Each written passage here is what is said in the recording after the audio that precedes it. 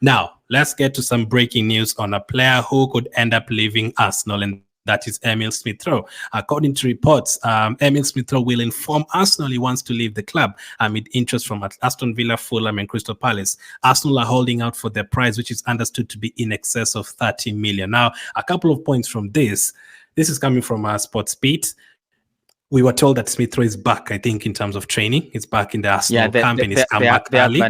They have an early training camp with Mikel Arteta in Mabea.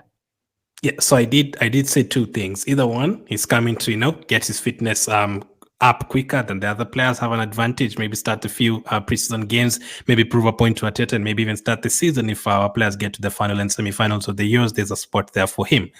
Or he's coming to finalize his future quicker and get a move quicker. But again, 1 month ago, the transfer window, through 2-3 weeks ago, as the transfer window was opening, we were told that Smith Rowe, he's still not sure whether he wants to be at Arsenal, whether he wants to leave. He really loves Arsenal as a club. He might want to stay. He might feel like next season I'm going to get some chances. Let's see how it goes next season. But it's a very complicated one.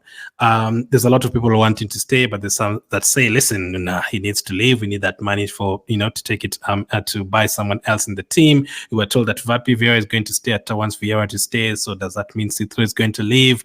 We were told that Nelson as well asked to leave a couple of weeks ago as well. That's another player who could end up leaving. Now for Emile Smith Rowe, first of all, we're also going to talk about the money because we said 40 million and then now we are talking about 30 million.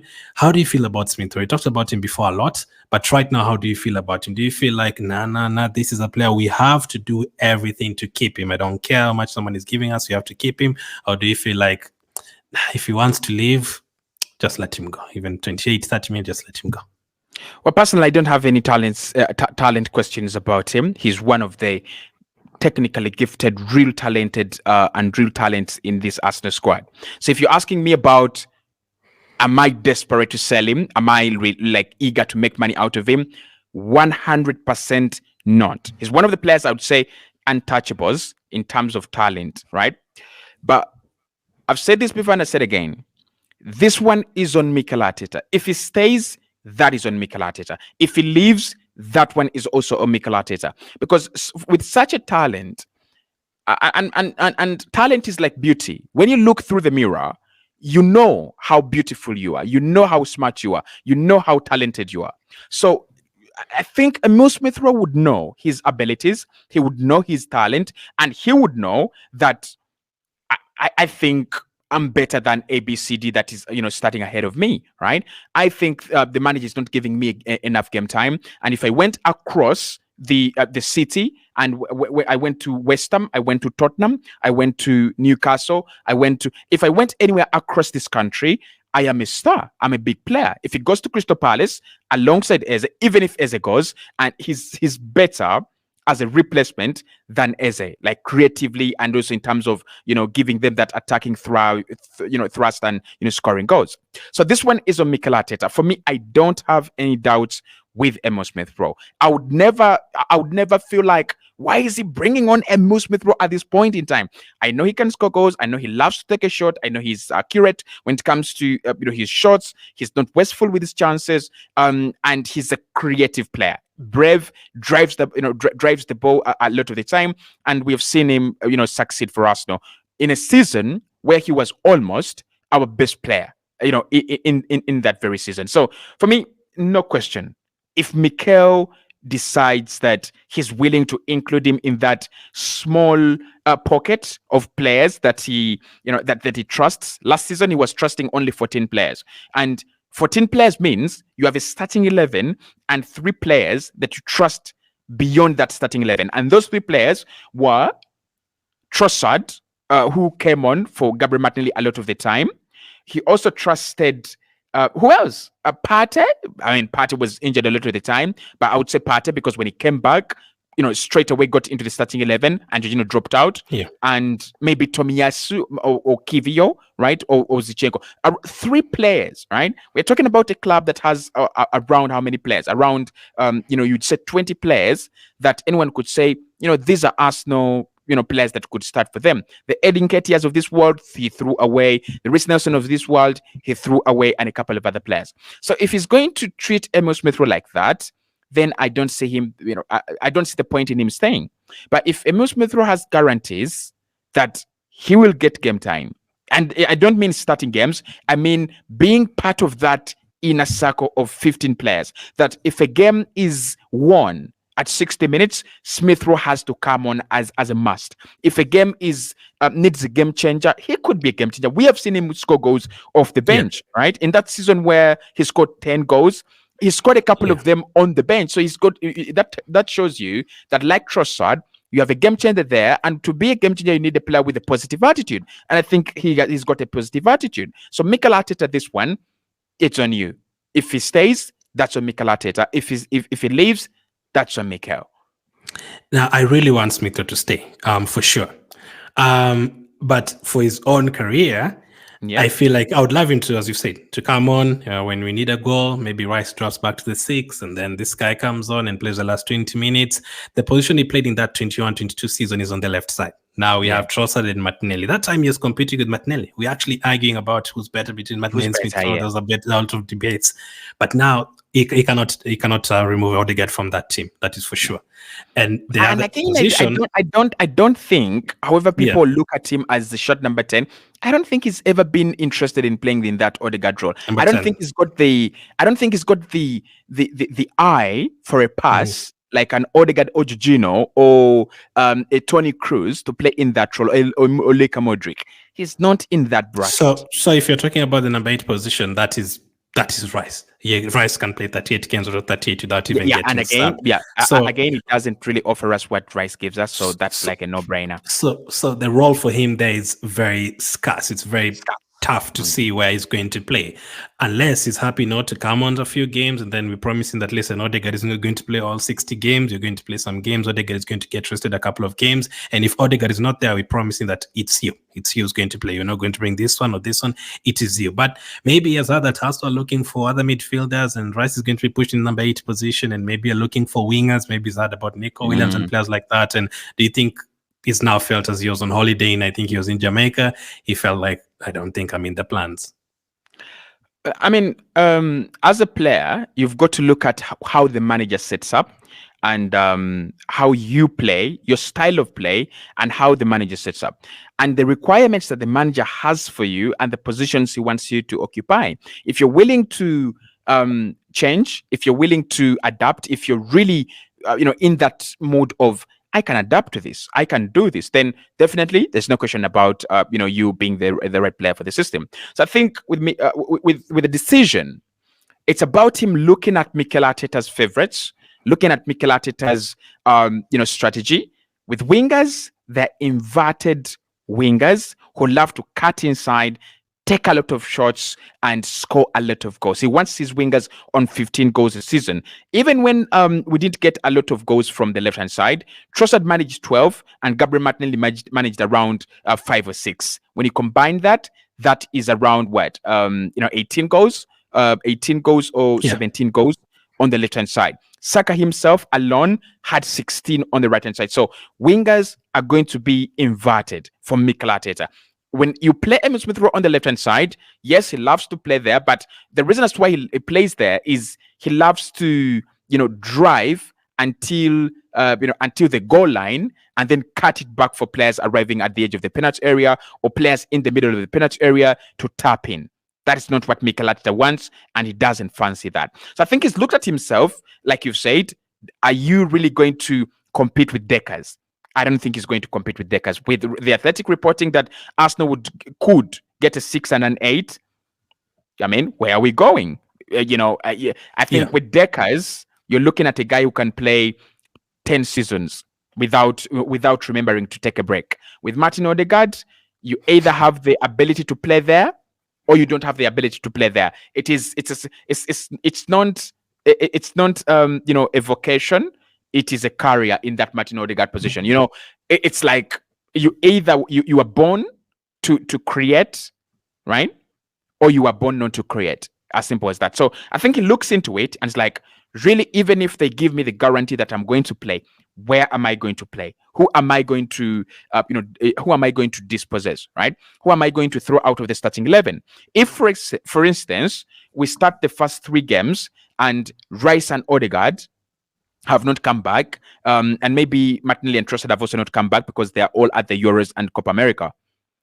If I've done very well, and I've really done well, when these players come back, they're what the manager wants there. He signed them for those positions. Is there a guarantee that I stay in the starting 11, or am I going to go out of the starting 11 and then fight with no chance? Because for me, fighting against Saka is fighting a lost battle. Even if you are Neymar right now, for Arsenal, for Mikel Arteta, for England, Saka is not getting out of that Aston 11. I'm telling you for facts. It's the same thing with players like, it's the same thing with players like Odegaard. Regardless of how good you are, Odegaard is captain. Odegaard is leader of the press. Odegaard is leader of the team. He's not getting out of that starting 11. So Emile Smith Rowe, he looks at the window of game time and is like, I could have game time. We have more games in the Champions League, more games in the FA Cup, and more games in the Premier League.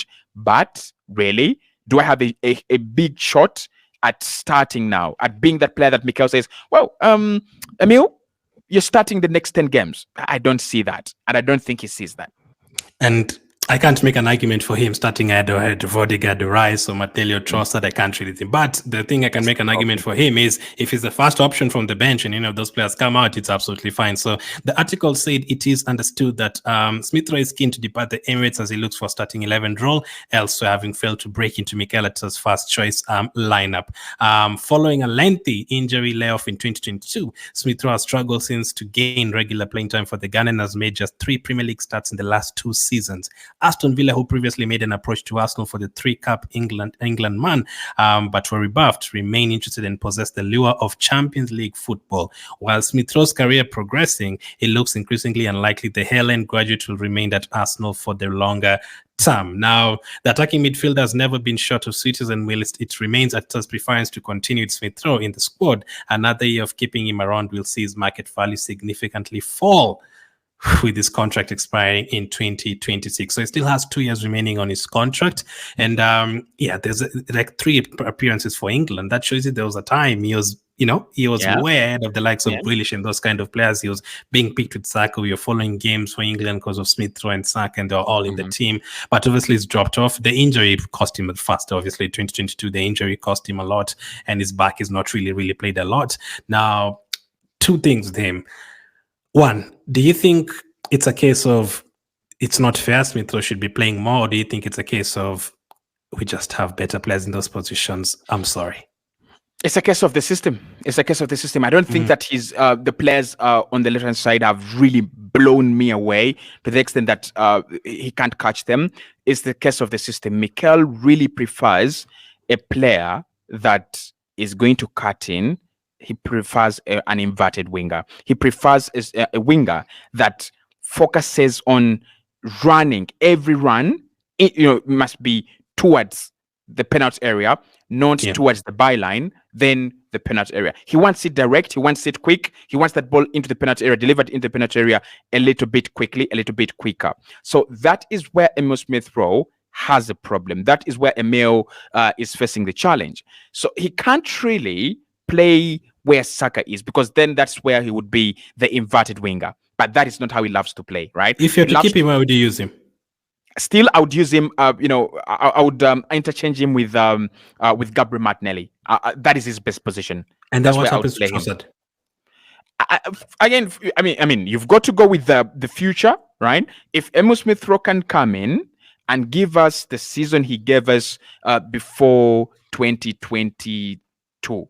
Right? Yeah, that was 2021, 2022. That season, if you can come in and give us that, because it's going to start. He's going to start the season. There's no question about that, right? If he's not sold, he will start the season before Martinelli returns fully, before Trossard returns fully. They're all at the Euros. So if he can start with a high gear, I think it's between him and Gabriel Martinelli. Trossard, I don't see him, at Arsenal for more than 2 seasons now. I think he will be here this season, and then at best the next season. So I could bring in Trossard when I take off Kai Havertz. I could bring on Trossard when I take off, a Saka maybe, something like that, just to use his versatility. But I see Emile on the left hand side. But I think it's a system that has created positions, and some of these players they just don't fit into those roles. So I saw someone saying we've moved past Smith Rowe. Do you agree with that? Moved past is a little bit harsh. Moved past in terms of tactics and tactical development and evolution, 100%. Moved past in terms of quality. You cannot beat a struggling Bayern side. You cannot convince me that you have moved past Emile Smith Rowe. You are attacking through one half of the pitch. That is the right hand side, Saka and Odegaard and Ben White. You cannot tell me that you passed Emile Smith Rowe.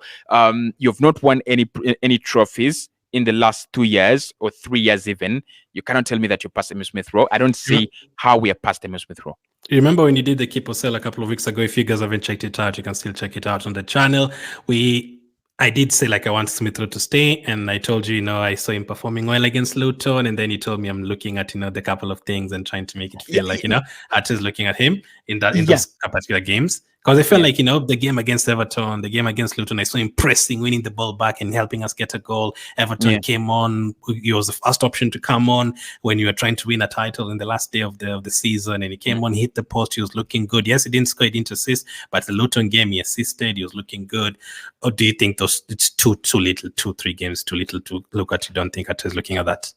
Well, for me, I think the positive things the manager looks at, there's no question there. I think there was a time when he talked about Martinelli not playing, that season where Emile Smith Rowe was tearing it apart. And he was saying, Martinelli is not playing because it's my fault. I've not given him the game time, but he's shown me all the right signs, in training. So he looks at the positives, training, and even on the pitch, he looks at those positives. He looks at the right signs, and it's like, okay, maybe there is a future here. And I know Mikel Arteta notices them, but there's a question: if you signed a player like Osimhen, would you change the system for him to suit him? I don't think we will, but exactly. Would you? Yeah, I don't think we will. So, would you change the system to suit Emile Smith Rowe? I don't think Arteta feels like it's done enough for us to change our whole system for him. He's not that on that level generation. He's not that of a generational. Kylian Mbappe has come. Therefore, Arsenal have to play for Kylian Mbappe. This is a Kylian Mbappe team. This is a Martin Odegaard team. This is an everybody's team, right? And Emile Smith Rowe, he either adapts quickly to what everybody's doing in the positions that the manager sees him, or he's out of this place. So I think the manager looks at those things, right? And it's a reason as to why, Reece Nelson signed a new deal. 100K, close to 100K, I think, or 100K plus, right? It's because of that thunderbolt against Bournemouth. If that doesn't happen, Reece Nelson is out of the door. Or he doesn't sign a new deal. He might have stayed because he had an injury, but he doesn't sign that new deal. Or if he signs it, it is not 100K, right? So there are those small, flashes of positivity that happen. But I think with Mikel and Edu, I don't think they have 180 pages on incoming players. They also have 180 pages on, outgoings. Like, if the 120 pages are suggesting, please keep him for a while, we'll keep him. If the 120 pages saying, he's out of this place, even when we look to evolve tactics into phase 3 and phase 4, he's not fitting in there, you've got to get rid of him.